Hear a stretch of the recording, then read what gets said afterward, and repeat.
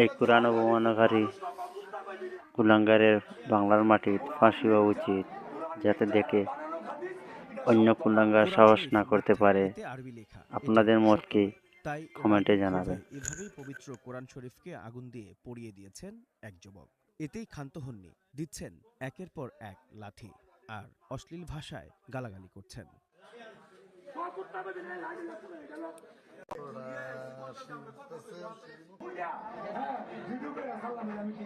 সেই জন আমি বাইজিদ হুসাইন আদনান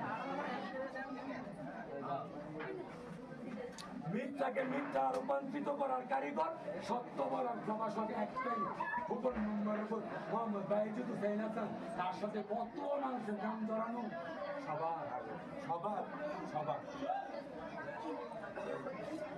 যে ঘটনার একটি ভিডিও ছড়িয়ে পড়েছে, আর এতে ব্যাপক চাঞ্চল্যের সৃষ্টি হয়েছে এলাকায়। এটা কি কোরআন শরীফ কে পড়ছে? বাইজিদ তার পিতার নাম কি? মোহাম্মদ মৃত্যু হুকুম নম্বর তার পিতার নাম? সে কি কারণে এই কোরআন শরীফ পড়ছে? কোরআন শরীফ সত্য না, এটা আরবি ভাষা লেখছে, আরবের লেখছে। হ্যাঁ, কোরআন মানে না, নবী মানে এবং না, কোরআনের উপরে লাঠি পর্যন্ত দিয়েছে। কোরআনের লাঠি পর্যন্ত দিয়েছে। এটার উপর একটা ড্যাগার তুলছে, ড্যাগার থেকে ড্যাগার করে কেমন করছে, আসতে পারে তার কাছে বুঝে না। আমার ভালোবাসা মানুষ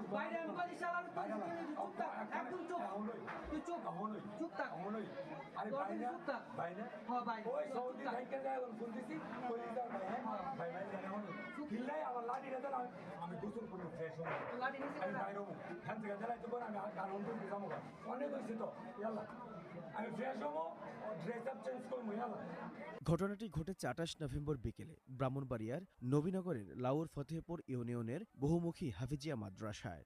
এই যুবকের নাম বায়েজিদ। সে লাউর ফতেহপুর ইউনিয়ন বাড়িখোলা গ্রামের বাসিন্দা খোকন মেম্বারের ছেলে। এই লাঠির ভিতরে কি আছে?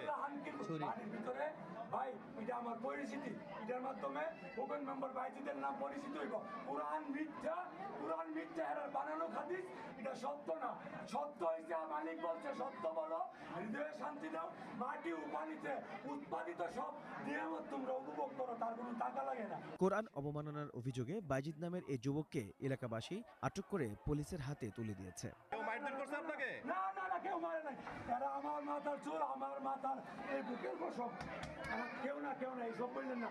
এটা আমার আত্মা, আমার আত্মায় প্রসারিত করছে। না না, কেউ মারধর করে নাই তো নাকি?